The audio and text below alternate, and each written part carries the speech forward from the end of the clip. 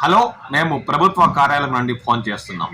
మీరు గర్భిణిగా అంగన్వాడీ సెంటర్లో నమోదు చేసుకున్నారు కాబట్టి మీ అప్లికేషన్ మళ్ళీ రీవెరిఫికేషన్ చేసి మీకు చంద్రన్న పథకం ద్వారా 35,000 రూపాయలు మీ ఖాతాలో నగదు జమ చేయడానికి అవకాశం ఉంటుంది. కాబట్టి మీరు మాకు మీ వివరాలు పూర్తిగా ఈ ఫోన్ కాల్ ద్వారా తెలియజేయాలంటూ ఒక వ్యక్తి ఆ వైపు నుండి ఆ మహిళతో మాట్లాడాడు. ఏదో అవునేమో అని నమ్మిన ఆ మహిళ అతనికి తన వివరాలంతా క్లియర్ కట్గా ఆ ఫోన్ కాల్లో తెలియజేసింది.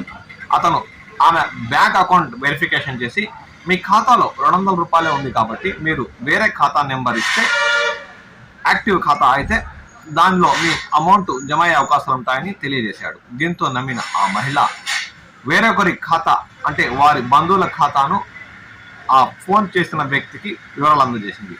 అతను అలాగే లైన్లో ఉండేటట్టు ఓటీపీలు అన్నీ తీసుకొని చివరికి ఆ ఖాతాలో ఉన్న 40,000కు పైగా నగదును కాజేశాడు. దీంతో తీవ్ర ఆందోళనకు గురవడం ఆ మహిళ వంతైంది. ఈ ఘటన చిత్తూరు జిల్లా పుల్చల మండలం మేజర్ పంచాయతీ అన్న కల్లూరు గ్రామంలో చోటు చేసుకుంది.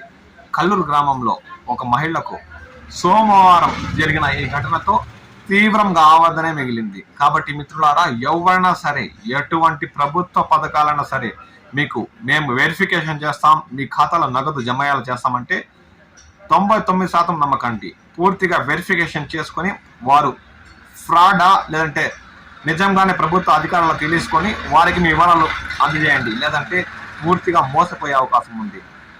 ఆ మహిళ చివరికి కల్లూరు పోలీస్ స్టేషన్లో ఫిర్యాదు చేసినట్లు సమాచారం. కాబట్టి ప్రతి ఒక్కరికి మీ కుటుంబ సభ్యులు కూడా తెలియజేయండి. తస్మాత్ జాగ్రత్త.